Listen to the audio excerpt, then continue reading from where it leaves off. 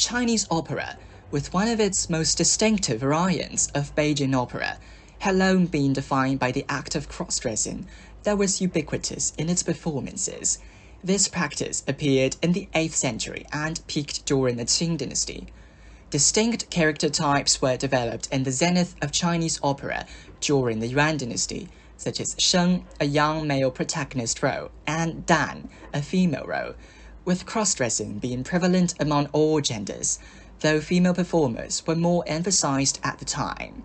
Though it should be noted that Yuan dynasty opera is not a progressive cultural tradition, as theater performers, irrespective of gender, were relegated to the lowest social strata associated with prostitutes.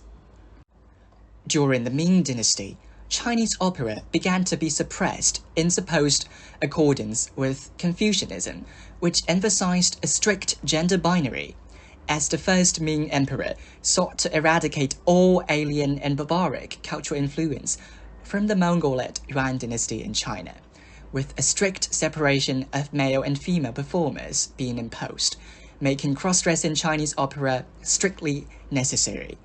The Qing dynasty reinforced the restriction of female performers and gender segregation in public spaces in order to discourage prostitution, leading to female performers being sidelined to private troupes, while male performers remained in the public domain and continued to cross-dress as women. Male performers, especially those who portrayed Dan roles, engaged in prostitution, challenging gender binaries and showcasing the backfiring of Qing policies as the sexualization of performers' bodies became more overt. Boy actors' bodies were regarded as the epitome of femininity as constructed by men. The traditional art of cross-dressing in Chinese opera gradually declined in the Chinese Republican era, as realism and Western influence gained popularity, though it had been argued that this historical worship of gender fluidity in Chinese history contributed to the contemporary popularity of androgynous public figures, characterized by Chinese celebrities like Zhang Xiao and his role in the Chinese TV show The Untamed. Have you ever watched or heard about Peking opera? I've not really heard much about it. Not really. No. 冇 Heard of Heard it? of it? 有陣時去內地旅行會有睇過咁樣咯。So after introducing Beijing opera and especially the Dan role, how do you feel about the Dan role right now? You go first. I think it's a form of art, no? If you have the talent to be able to make those voices or give those expressions, it's a talent in itself. I think the dog role is very good as it allows for more inclusivity and diversity. 咁我都覺得好叻咯，一個男嘅可以扮到個女嘅又咁嬌俏。We don't really get a chance to act as another gender, so I think it's really cool. But I think if you're going out to, if you're going out of your way and then promoting the culture in art form or any form, then you should be able to accommodate both genders. 就是说，男的是父权社会下的压迫出来的产物。Back to the discussion of men dressing up as a woman and performing in women, do you think these kind of roles see as a form of queerness or gender fluidity? I think so. 我覺得冇咯，純粹只不過係另一個 gender 扮另一個 gender，冇話特別咩多元化。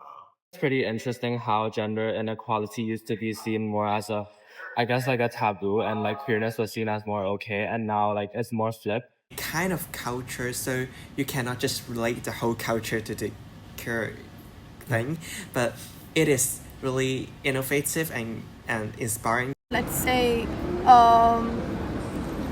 a disabled person to promote awareness on that, or playing a role of of opposite gender to promote some sort of awareness on the topics, then it's fine. So if the opera or the performance itself is not queer related, it's only a portrayal of traditional roles of men and women. So no matter if the performer are what kind of gender, it is not related to queerness because what it's portraying. However, if it includes queer elements in the show, Yeah. the self then is queer. It depends. It varies from case to case. Yeah. So maybe adding like a gay character or like transgender character in the yeah, opera. then that's obvious. I think like in modern times, since a lot of people are more open to like LGBTQ stuff, it would be more of an innovation, and it would like help a lot of people to like be more open about this kind of topic. 但我觉得这种元素出现在京剧当中是，就是比较不错。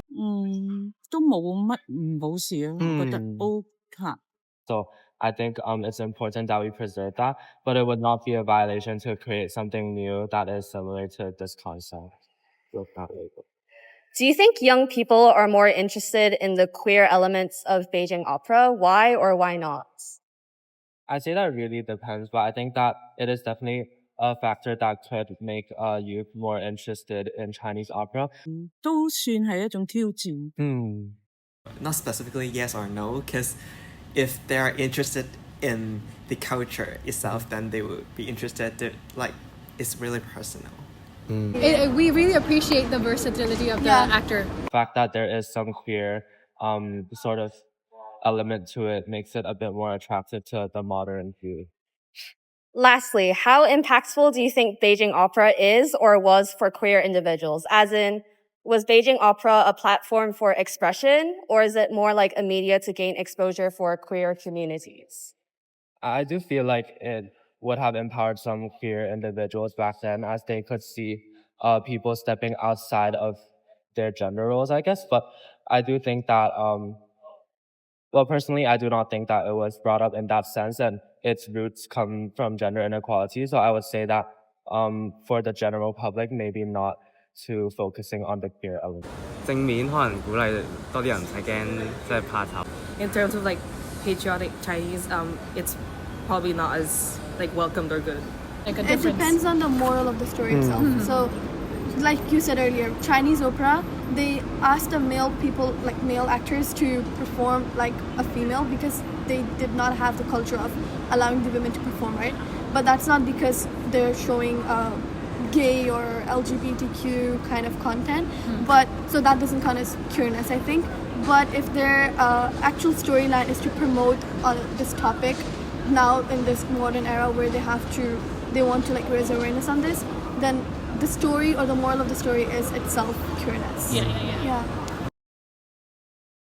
Beijing opera's queerness lives in the tension between tradition and innovation, art and identity.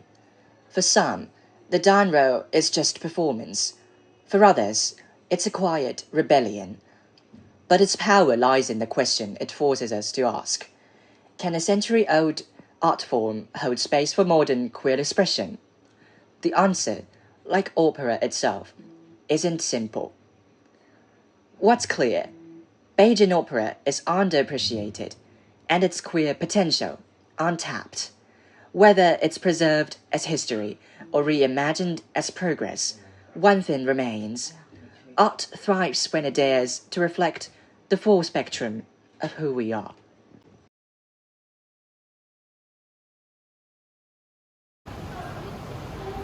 Okay, so we're a group of students and we're doing interviews around Beijing opera. So have you ever watched or heard anything about Beijing opera? Yes! Okay, thank you for your enthusiasm.